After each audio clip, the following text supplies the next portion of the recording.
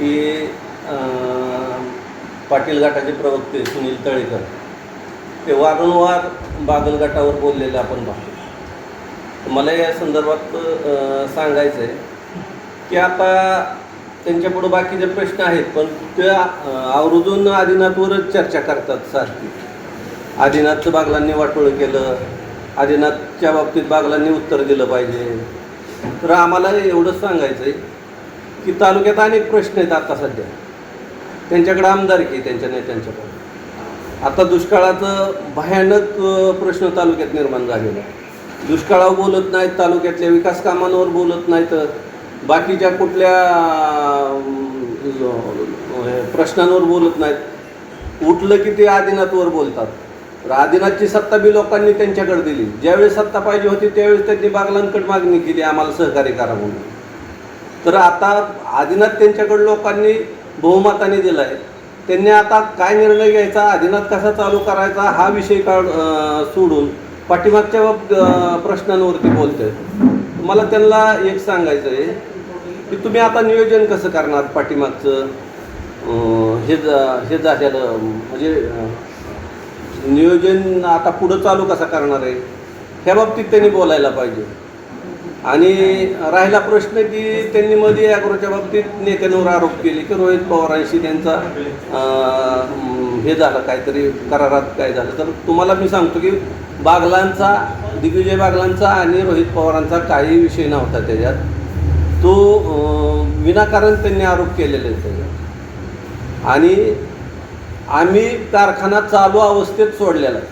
आम्ही चालू केला कारखाना, चालू करून लोकांचं 3 दिवसात लोकांचं पेमेंट केलं, वाहतूकदाराचं पेमेंट केलं, कामगारांचं पेमेंट केलं, कुणा काटा पेमेंट केलं, 3ऱ्या दिवशी पेमेंट केलेलं.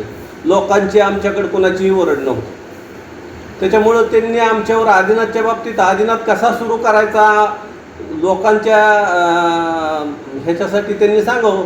बाकीचं प्रश्न बागलांवर त्यांनी आता विनाकारण काय झालं आहे माहिती आहे का, आता ते आमदार असून त्यांच्यापेक्षा रश्मीदेवी बागल आणि दिग्विजय बागल हे शासन दरबारी पाठपुरावा करून तालुक्यात निधीचा प्रचंड निधी आणलेला आहे, करोडो रुपयांचा निधी आणलेला आहे. आणि आता परवाची बातमी 54 लाखाची कंदरच्या उद्घाटनाची, कालची 27 लाखाची वाशिंब्याची, आणि आता नेहमीच अशी उद्घाटनं होत राहणार आहेत. ती उद्घाटनं त्या बातम्या बघून ते व्हायबल झालेले आहेत. त्याच्यामुळं त्यांना आता कुठला तरी डायव्हर्ट करतात विषय. तर आता त्यांनी विकासाच्या कामावर बोललं पाहिजे ना. दहेगावचा प्रश्न आहे, रस्त्याचा प्रश्न आहे, हा नगर टेंभुर्णी, कारखानदारी आहेत, MIDC आहेत, ह्याच्यावर बोललं पाहिजे ना.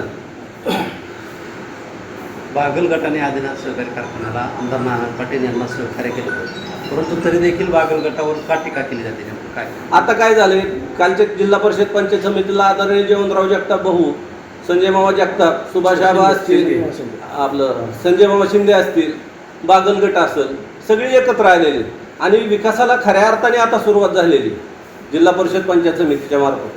त्याच्यामुळं त्यांना काहीतरी त्याची कावीळ झालेली दिसते. आदिनाथ कारखान्याच्या माध्यमातून फक्त मकाई कारखान्याला जास्त सहकार्य केलं झालेलं आहे. आदिनाथ कारखान्याचा फक्त त्यासाठी वापर केला गेलेला असंही म्हणण्यात आले. आता त्यांनी करायला पाहिजे ना, आमदारकी त्यांच्याकडे ती जातात आहे आता शासन दरबारी. मकाई कारखान्यासाठी वापर झालेला आहे, अजिबात नाही. आदिनाथचा मकाईचा कुठेही संबंध नाही. झाला असेल तर तुम्ही दाखवा. मकाई आणि आदिनाथ ह्याचे दोन्ही वेगवेगळ्या संस्था आहेत, ह्याचे दोन्हीचे बॅलन्स शीट वेगळे. त्यामुळे ह्या संस्थेचा त्याच संस्थेकडे वापर झाला असं एवढा उदाहरण देण्याचा अर्थ नाही. कागदपत्री उदाहरण दिलं पाहिजे किंवा पुराव्याविषयी बोललं पाहिजे. आदिनाथ बाबत चर्चा होत असताना मकाई सुद्धा बंद आहे. मकाई सुरू करण्याच्या बाबतीत काय हालचाली आहेत? मकाई सुरू करण्याच्या बाबतीत आम्ही ह्या वर्षी पावलं उचललेले आहेत. गेल्या वर्षी ऊस कमी होता, त्यामुळे गेल्या वर्षी आम्ही चालू केलेलं नाही. त्यामुळे ह्या वर्षी आमचं सीझन चालू करण्याच्या दृष्टीने सर्व तयारी चालू आहे. दुसरं, त्यांनी सुनील तळेकरांनी असा एक आरोप केला होता की मकाईला 140 कोटी रुपये आले, त्याचे काय केले. तर मकाईला ज्यावेळेस NCDCने आम्हाला 140 कोटी रुपये दिले त्यावेळेस त्यांनी काही विनियोग कसा करायचा त्या पैशाचा त्याचे एक मार्गदर्शक सूचना दिलेल्या होत्या. आणि साखर आयुक्ताकडनं आम्हाला वेळोवेळी त्या पैशांचं किंवा त्या रकमेचा विनियोग कसा केला हे आम्हाला 2-2 महिन्याला प्रत्येक महिन्याला त्यांना हिशोब द्यावा लागतो. त्यांच्या विनियोगाप्रमाणेच आम्ही साखर आयुक्ताला 140 कोटीचा हिशोब दिलेला. या संदर्भात 140 कोटी हिशेब आपण दिले म्हणतात, परंतु कुंभारगाव येथील बागल गटाचेच कार्यकर्ते, तेथील कर्मचारी त्यांनी मध्यंतरी पत्रकार परिषद घेऊन त्यांच्या पगारी थकीत झालेले आहेत, दिलेले नाहीत, त्यामुळं असा एक आरोप केला होता. त्या कुंभारगावच्या कार्यकर्त्याचा तुम्ही म्हणता ते बरोबर आहे, त्यांचं राहिलेलं होतं आणि त्यांचं पेड केलं. आदिनाथ अडचणीत आलाय असा परत बागलघाटावरती आरोप आहे. नेमकं आदिनाथ कुणामुळे अडचणीत आलाय असं म्हणायचं? आदिनाथ तुम्हाला माहिती आहे, काही लोक कामगारांना पुढं करायची, साखर अडवली, साखरेच्या गाड्यांना आडवी पडली, आम्ही रोख पेमेंट द्यायला इथनं कॅश घेऊन गेलो होतो. काय कामगारांना हाताशी धरून वगैरे ह्या राजकीय मंडळींनीच अडचणीत आणलं ना आदिनाथ. कोणत्या? आता तुम्हाला माहीतच आहे ते काय. हां. म्हणजे कोणत्या? का तुम्ही नाव घ्यायला का घाबरता? नाही नाव नाही, तुम्हाला माहिती आहे. आता तुम्ही सांगा, कामगार वेळोवेळी संघर्ष करतात. बागलघाटावर थेट आरोप केले हां. आणि तुम्ही मात्र नाही तसं नाही. ऐका, कामगारांना हाताशी धरून कामगारांनी पेमेंट एक दोन पेमेंट करतो म्हणलं तरी सुद्धा कामावर गेली नाही, गेटवर बसली, आंदोलनं केली. आज 1 रुपयाचं त्यांना देणं दिलं नाही निवडून आल्यापासून. आज का कुठं गेले कामगार? ते कुठे गेले कामगार? कुणाला? आम्हाला सोन्याचा दूर बघायचा होता ना. पाठिंबा कोणी कुणाला दिलेला नाही, तो लोकांनी घेतलेला निर्णय आहे. हां. पाठिंबा असं कोण कुणाला दिलेला नाही आदिनाथचा. तुमचाही मग असा प्रश्न तसाच होता, ती गुगली आमच्या लक्षात आली. ते तो काय पाठिंबा कोणी कुणाला जाहीरच केला असा नव्हता. जाहीर पाठिंबा नव्हता. तटस्थ भूमिका होती बागलघाटाची. नाही, नाही, याच्यात मूळ जो विषय आहे. बागलघाटाला आज ॲन्युअल टार्गेट काय केलं जातं अचानकच? अवैध दिशाभूल आहे ना. तुम्ही कारखाना चालू करण्यासंदर्भात बोललं पाहिजे. हां. बागलघाटाने काय केलं, बागलघाट लाख चुकला म्हणून तर सत्ता लोकांनी तुम्हाला दिली ना. आता तुम्ही काय करताय? कारखाना चालू करण्याच्या दृष्टीने तुमच्या प्रेस कॉन्फरन्स झाले पाहिजे. त्या संदर्भात तुमची काय वाटचाल आहे हे तुम्ही सांगितलं पाहिजे लोकांना, सभासदांना. बागलघाटाने हे केलं, बागलघाटाने ते केलं, याला काय अर्थ नाही ना. टीका टिप्पणी करण्यापेक्षा त्यांनी आज कारखाना चालू करावा, तालुक्यातल्या जनतेला सोन्याचा दूर दाखवावा, चांगला कारखाना चांगल्या प्रकारे चालून योग्य उत्तर द्या. चालवण्यासाठी योग्य पर्याय काय असेल दोन्ही कारखाने? भाडेतत्त्वावर देणे, विक्री होणे. जर चालवायचं असेल तर ज्याच्या त्याच्या संस्थेचा जनतेने विचार केला पाहिजे. आम्ही आमचा मकाई कारखाना आम्ही आमच्या स्वबळावरच चालू करत आहोत आणि त्यांनी ठरवलं पाहिजे की कसा चालू करायचा. ते विद्यमान आमदार आहेत. या गळीत हंगामात मकाई चालू होईल. त्या गळीत हंगामात आम्ही मकाई चालू करतो. आदिनाथ पुढं भविष्य काय असेल? आता परत दुसरा लिलावाला 16 तारखेपर्यंत स्टे मिळाला. 22 तारखेला लिलावाची ही होती, तारीख होती. त्याच्यावर ॲग्रोने वगैरे स्टे घेऊन 4 तारीख कालची पडली होती. कालच्या 4 तारखेला मला वाटतं 16 पर्यंत कंटिन्यू स्टे मिळाले. आता पुढं काय होते काय माहिती, होत नाही. म्हणजे चालू कसा केला पाहिजे कारखाना? चालू ह्यांनी तुम्ही प्रयत्न चेअरमन केले तर चालू होता, होतं. काय केले पाहिजे? तुम्ही चेअरमन होता. शासन दरबारी पळवून केला. आपण काय केलं होतं, आपल्या वेळेस बी आला होता, MSCM बँकेने स्टे आणला होता, पण आपण त्यावेळेस साखर विक्री करून साखर विक्रीतनं 40 कोटी रुपये भरले होते आपण त्यावेळेस. आणि 40 कोटी भरून आपण कंटिन्यू करून घेतलं होतं. OTS कारखाना आणला होता. 63 कोटीला आपण कारखाना OTS केला होता.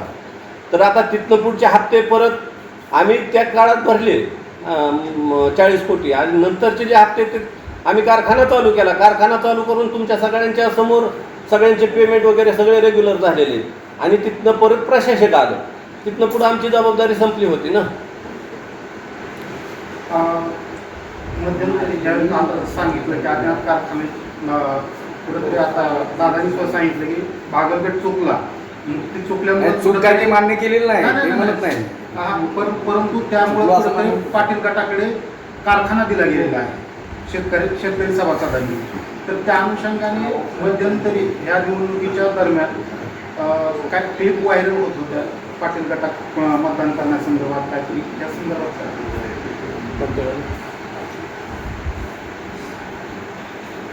त्यांचं म्हणणं आहे की निवडणुकीच्या काळामध्ये नेत्यांनी या गटाला मतदान करावं अशा क्लिप व्हायरल होत होत्या. त्या संदर्भात काय? घोडसाळपणाने काही नालायक लोकांनी एकत्र येऊन तो प्रकार केलेला होता.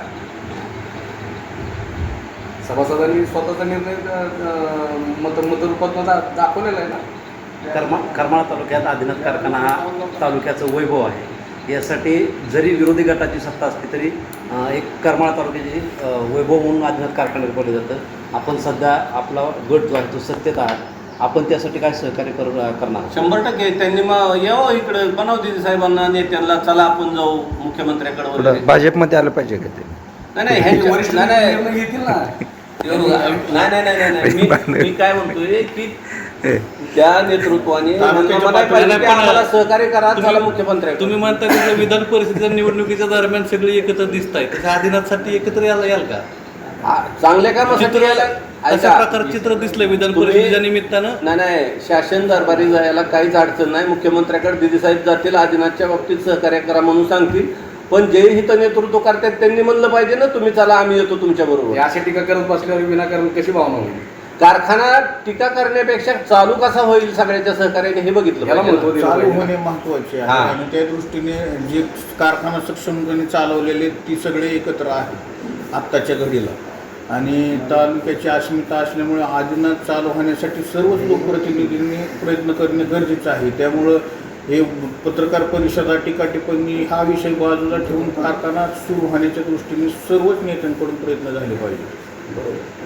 आणि लोकांकडून पण खालनं विचारणा केली जाते पत्रकारांना की विधान परिषद निवडणूक असो किंवा इतर निवडणुका असो, नेते मंडळी पक्षभेद विसरून एकत्र येत आहेत. आज विधान परिषदेला पण बघितलं तसं आदिनाथसाठी तसे एकत्र आलं पाहिजे, लोकांकडून मागणी आहे. त्याला काय बरं. तुमच्या गटातर्फे काय? नाही नाही, आमची काय हरकत नाही. आम्हाला फक्त त्यांनी सांगितलं ना, आपल्याला CM साहेबाकडे जायचंय, वरती मोदी साहेबाकडे जायचंय, अमित शहा साहेबाकडे जायचंय. आमचे नेते निघाले लगेच CM साहेबाकडे, ह्याच्याकडे. आम्ही काय तसा आमच्याकडे सत्ता नाही तुम्ही बघा असं नाही म्हणणार. कारखान्याच्या तालुक्याच्या हितासाठी नेते पुढं होऊन म्हणजे आदिनाथ हा जिव्हाळ्याचा विषय. नाही तुम्ही असं म्हणताय. आदिनाथ कारखान्याच्या निवडणुकीमध्ये बागल गटाने का माघार घेतली? सर्वात महत्त्वाचा विषय आहे. आता दादा म्हणले की म्हणजे ते कुठं म्हणजे चुकलं नव्हतं किंवा काय नव्हतं, पण तुम्ही माघार का घेतली? तटस्थ राहिलो. तटस्थ राहिलो. माघार नव्हते. ऐका, त्याच्या अगोदर मोहिते पाटलांच्याकडे मिटिंग झाली होती. त्या मिटिंगला सगळे नेते होते. मोहिते पाटलांचं समोर शिएला बसवलं होतं. किती कर्ज आहे काय हे आताच्या विद्यमान बोर्डाला माहीत आहे. त्यावेळेस सगळं माहीत होतं. जयवंतराव जगताप भाऊ पण होते त्या मिटिंगला काय. आणि कारखान्याच्या हितासाठी, तालुक्याच्या हितासाठी सगळ्यांनी मिळून कारखान्याला सहकार्य करून म्हणजे बसून निर्णय घेऊ असं त्यावेळेस झालं होतं. आणि आज बी आमची म्हणजे आमची मानसिकता तशीच आहे की बाबा सगळ्यांनी मिळून सहकार्य करू. आज बी आम्ही तयार आहे त्यासाठी. फक्त त्या नेतृत्वाने बोललं पाहिजे ना. ते नेतृत्व तुमच्या परस्पर जाऊन मुख्यमंत्र्यांना भेटते. हं. त्यांनी स्टे बी आणला हं. तसं सांगितलं जाते. मुख्यमंत्र्यांना भेटून स्टे आणलाय. गोरे साहेबांचा आणि त्यांचे चांगले संबंध येतं. मग इथल्या नेतृत्वाला ते नाकारतायत, त्याच्यामुळे काय अडचणी येत आहेत का त्यांना? स्टे कोणी आणलाय तुम्हाला माहिती आहे की? नाही, त्यांचा दावा आहे कोर्टात कोण गेलंय ॲग्रो. आणि स्टे कोणी आणलाय? नाही, हे राजकीय चाललंय. राजकीय ते फडणवीसांना भेटतात ना ते परस्पर. हां, सगळ्यांनी एकत्र येऊन विकास करायची काही गरज नाही. स्टे फडणवीस साहेबांनी नाही दिलेला. स्टे कोर्टाने दिलेला. आदिनाथ कारखान्याच्या त्या सर्व प्रक्रियेसंदर्भात म्हणजे जे काय त्याचं चांगलं झालं असेल, वाईट झालं असेल किंवा इतर काय केलं म्हणजे आतमधील काय गोष्टी घडल्या असतील किंवा राजकीय घडामोडी घडल्या असतील त्या संदर्भात बागल गटाने सुद्धा समोरासमोर येऊन चर्चा करावी अशा प्रकारचं आव्हान केलेलं आहे. चालतं की आमची तयारी आमची. ठीक आहे.